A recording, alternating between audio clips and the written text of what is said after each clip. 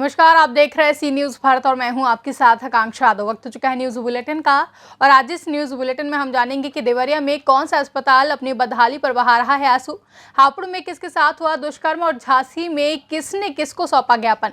ये सब जानेंगे विस्तार से, तो चलिए निगाह डालते इस वक्त की खास खबरों पर।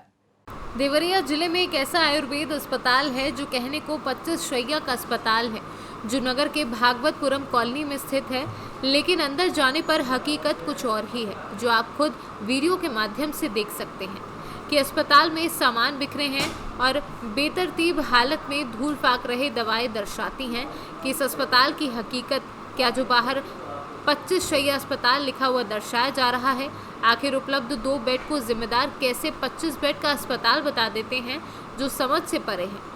अस्पताल में पक्षियों ने अपना घोंसला बना लिया है। इससे पता चलता है कि बोर्ड लगाकर कैसे सरकार और लोगों की आंखों में धूल झोंकने का काम जिम्मेदार अधिकारी कर रहे हैं। इस संबंध में जब आयुर्वेद अस्पताल के प्रभारी डॉक्टर आकांक्षा गुप्ता से जानकारी ली गई, तो उनका कहना है कि मुझे यहाँ आए अभी 1.5 साल हुए हैं। आप खुद अवलोकन कर लीजिए कि इस अस्पताल में किस तरह से काम करना संभव है। हमने कई बार अपने उच्च अधिकारियों को इसके लिए लेटर लिखा, लेकिन कोई जवाब नहीं आया। प्रभारी ने स्वयं स्वीकार किया कि केवल 2 बेड, वो भी बिल्कुल जर्जर हालत में है। अगर किसी को यहाँ उपचार के लिए भर्ती किया जाएगा तो कैसे उपचार किया जाएगा। आपके यहाँ जो अस्पताल चला 25 शैय्या का, इसमें न बेड है न कोई व्यवस्थाएं हैं, आखिर अस्त व्यस्त क्यों पड़ी हुई, क्या स्थिति है? स्थिति अस्त व्यस्त ये मुझे यहाँ आए हुए अभी लगभग 1.5 साल हो गए हैं, तो उसके पहले से ही ये इसी हालत में मुझे मिली थी और इसके लिए हमने काफ़ी लेटर्स लिखा है अपने अधिकारी को और संज्ञान लेने के लिए भी कहा है, लेकिन अभी तक कोई कार्रवाई नहीं। क्या जो बेड है, कितने बेड है और किस हालत में है? अभी तो हमारे पास 2 ही बेड है प्रॉपर और एक तो कंडेम हो चुका है और एक की स्थिति अच्छी नहीं है, उसको यूज़ करने लायक नहीं है। बाकी नहीं, अब तक कोई आपके पास बेड नहीं है? नहीं, प्रॉपर आप जिसको बोलेंगे कि अगर आप किसी को एडमिट करना चाहें तो वो है ही नहीं। और सबसे बड़ी समस्या ये है ना कि आप स्थिति को देख लीजिए, आप अवलोकन कर लीजिए कि हम कैसे किसी पेशेंट को एडमिट करें। आपके पास स्पेस भी नहीं है, आप बेड कैसे रखेंगे। उसके बाद वो पेशेंट का जो हम केयर करना है उसको प्रॉपर, मान लीजिए आप किसी को एडमिट करते हैं तो उसको बाथरूम या इन सब चीज़ों की भी तो वो देंगे ना, वो है ही नहीं हमारे पास। जो एक प्रॉपर स्ट्रक्चर होता है, इंफ्रास्ट्रक्चर होता है वो हॉस्पिटल का, वो है नहीं। तो अब तक आपने लिखा है अधिकारियों से? हाँ। अधिकारी द्वारा क्या कहा जा रहा है आपको? अधिकारी द्वारा कोई उत्तर नहीं दिया जा रहा है, कोई उत्तर नहीं है।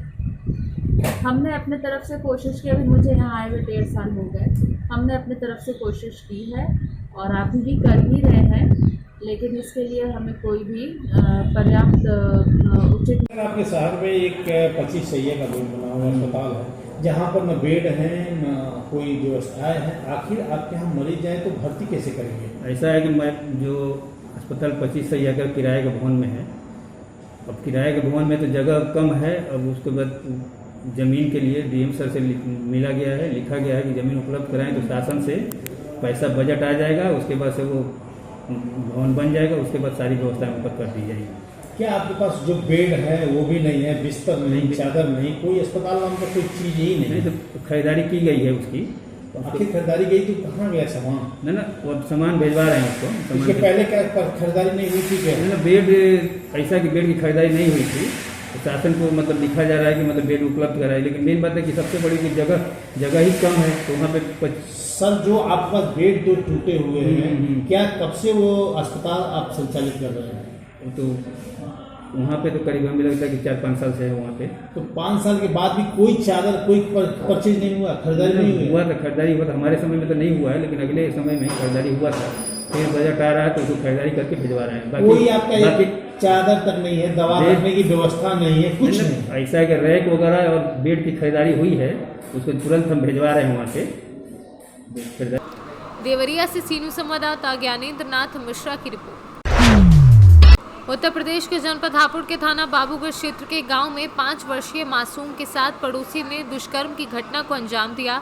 जहां सूचना पर पहुंची पुलिस ने मासूम को तत्काल मेडिकल के लिए भेज आरोपी को हिरासत में लिया है। हापुड़ से सी न्यूज़ संवाददाता रुस्तम सिंह की रिपोर्ट। उत्तर प्रदेश के जनपद हापुड़ के थाना बाबूगढ़ क्षेत्र की कुचेसर चोपला चौकी क्षेत्र के गांव मुबारकपुर सलामतपुर के जंगलों के रास्ते पर कैश कलेक्शन एजेंट से 2 बाइक सवार अज्ञात बदमाशों ने हथियारों के बल पर दिन दहाड़े 35,000 रुपयों की लूट कर आरोपी मौके से फरार हो गए। Network limited. कहाँ पर है इसका ऑफिस? इसका ऑफिस बाबूगढ़ छावनी में। अच्छा, क्या घटना घटित हुई है? यहाँ से मीटिंग करने स्टाफ आया कलेक्शन करने, और गांव से निकलते ही 2 बंदे बाइक से आए और तमंचे लगाए, उसका बैग छीन कर ले गए। बाइक पर कितने थे? 2 ही थे। अच्छा, तमंचा लगाया है? दोनों ने तमंचा लगाया। तो जिससे कैश कलेक्शन लूटा है उसका क्या नाम है? उसका नाम राहुल है। कहाँ का रहने वाला है वो? सियाने के पास का है। अच्छा, कितने की लूट हुई है? लगभग 35,000। अच्छा, किस तरफ को गए हैं वो? गए हैं इधर कुचेसर चौपले की तरफ। कौन सी बाइक थी उन पर? ये कुछ स्प्लेंडर ब्लैक कलर की, बिना नंबर की। अच्छा, तो पुलिस को सूचना दे दी गई? पुलिस को सूचना दे दी गई, पुलिस स्टाफ से पूछताछ कर रही है। हापुड़ से सी न्यूज़ संवाददाता रुस्तम सिंह की रिपोर्ट। जनपद में चल रही अनैतिक गतिविधियों को लेकर आज हिंदू जागरण मंच राष्ट्र भक्त संगठन एवं जय बुंदेलखंड व्यापार मंडल द्वारा 10 सूत्रीय ज्ञापन झांसी के वरिष्ठ पुलिस अधीक्षक शिवहरी मीना को सौंपा गया। ज्ञापन सौंपते हुए राष्ट्रभक्त संगठन के केंद्रीय अध्यक्ष एवं हिंदू जागरण मंच के जिला महामंत्री अंचल अड़जरिया ने कहा कि वर्तमान में कोतवाली थाना क्षेत्र अंतर्गत व्यवसायी अमित साहू के ऊपर पुलिस द्वारा एक तरफा कार्यवाही की जा रही है, जबकि ऐसे मामले में दोनों तरफ से प्राथमिकी दर्ज होनी चाहिए। अमित साहू के परिजनों द्वारा दी गई तहरीर पर पुलिस द्वारा जांच कर उचित कार्यवाही की जानी चाहिए। वो जो झांसी में सारी घटनाएं हो रही हैं बार बार, जिस तरह से चोरी की घटनाएं बढ़ी हैं कोतवाली के क्षेत्र में। कोतवाली क्षेत्र में अवैध शराब की बिक्री, कच्ची शराब की जगह जगह हो रही है। और अमित साहू जी के ऊपर जो FIR दर्ज हुई है, तो उसमें भी हमने बात की है। उसमें ये बात हुई है कि जो दोनों पक्षों से FIR होनी चाहिए थी, क्रॉस FIR। तो उस पर SSP महोदय ने कहा है हमसे कि इनके पक्ष से भी जांच करवा रहे हैं, इनके पक्ष की भी FIR होगी अमित साहू जी की तरफ से। साथ ही साथ मीडिया क्लब के अध्यक्ष के ऊपर जो मुकदमा कायम था, उस संबंध में भी वार्ता की है।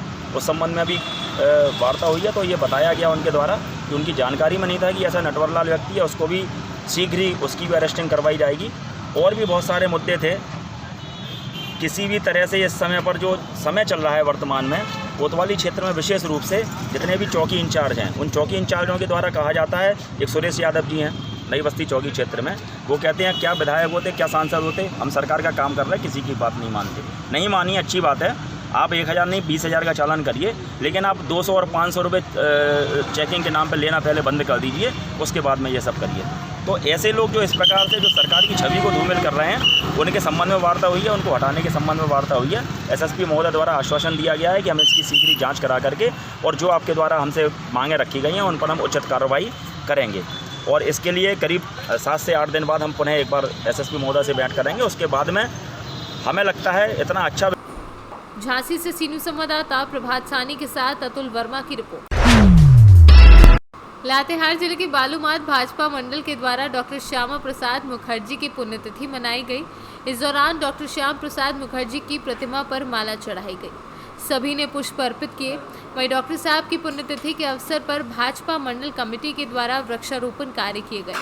इस मौके पर मंडल अध्यक्ष लक्ष्मण कुशवाहा ने कहा कि वृक्ष है तो जीवन है, आओ सब मिलकर एक पेड़ लगाएं और ऑक्सीजन की हो रही कमी को पूरा किया जा सके।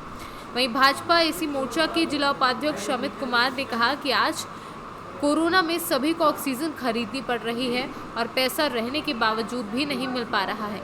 इसका मुख्य कारण है कि आजकल सिर्फ पेड़ काटने का काम हो रहा है और लोग पेड़ लगाते नहीं हैं, इसलिए हर इंसान को एक एक पेड़ ज़रूर लगाना चाहिए। इस कार्यक्रम में मंडल अध्यक्ष लक्ष्मण कुशवाहा, एसी मोर्चा जिला उपाध्यक्ष अमित कुमार, जिला कार्य समिति संजय यादव, मीडिया प्रभारी राजेंद्र प्रसाद, पंकज सिन्हा व अन्य लोग मौजूद रहे। लातेहार से सी न्यूज़ संवाददाता मोहम्मद अरबाज की रिपोर्ट। ग्राम पंचायत चरी में कल्लू अहरवार के जिला बदल आरोपी पप्पू यादव ने किया मर्डर, साथ में 2 लोग और शामिल। और मृतक के भाई का कहना है कि दिन में आकर कई बार जान से मारने की धमकियां दी गई और रात करीब 12 से 2 के बीच कल्लू अहरवार को गोली मारकर खत्म कर दिया, जिसमें एक आरोपी को पुलिस ने पकड़ लिया है। अभी 2 आरोपी फरार चल रहे हैं। मोहन कहाँ के रहने वाले हो? चरी के।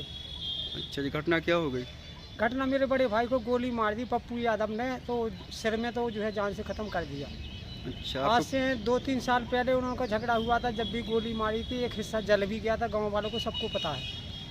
फिर वो जेल भी चला गया था साहब। तो श्रीमान जी जो राहुल साहब जो एमएलए हैं, कौन है अपने टीकमगढ़ के, उन्होंने ये कहा था प्रभु सरपंच यादव से, उन्हीं का पिताजी हैं पप्पू यादव के पिताजी से, कि 12 बजे निकलेगा, तो 12 बजे इन्होंने निकलवाया था। 2 महीने टिक नहीं पाए जी, उन्होंने गोली मार के मेरा भाई कल ख़त्म कर दिया। अच्छा, तो राहुल सिंह ने बोला था कि हम जमानत हाँ, करवाएंगे। जमानत करवाएंगे, वो 12 बजे छुटवा के दिखाएंगे, वो 12 बजे छूटा था साहब। अच्छा, आपको मुझे कैसे पता चला कि पप्पू ये यादव हमें ने गाँव मारा? में जब मैं बाहर से आया दिल्ली से, तो सारे गाँव ने बताया साहब कि मान लो इस जिम्मेदारी पे छूटा। जो एमएलए साहब हैं राहुल जी, उन्होंने ये कहा कि 12 बजे निकलेगा, तो निकलेगा, तो 12 बजे निकाला था वो गवर्नमेंट ने।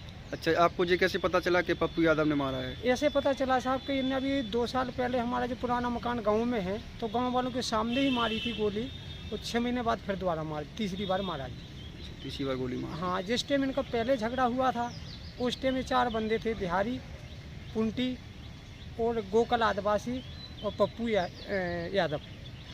इन्होंने सबसे पहले कांड शुरू करा था जी। वही पंडे अब तक पीछे ही लगे रहे जी। अभी कितने लोगों ने मिलकर मारा? अभी तो हमें सिर्फ पप्पू का पूरा है, क्योंकि वो जिला से बाहर है और उन्होंने अपनी जिम्मेदारी पे छुटवा रखा जी। तो गाँव में डेली घूम रहा था, तो रात में तो इधर उधर भाग जाए, घर में वो सोता नहीं, ये भी पता है घर में नहीं सोता अपना। टीकमगढ़ से सीनू संवाददाता पुष्पेंद्र गुप्ता की रिपोर्ट। फिलहाल के लिए न्यूज बुलेटिन में बस इतना ही। देश और दुनिया की तमाम बड़ी खबरों के लिए देखते रहें सी न्यूज भारत।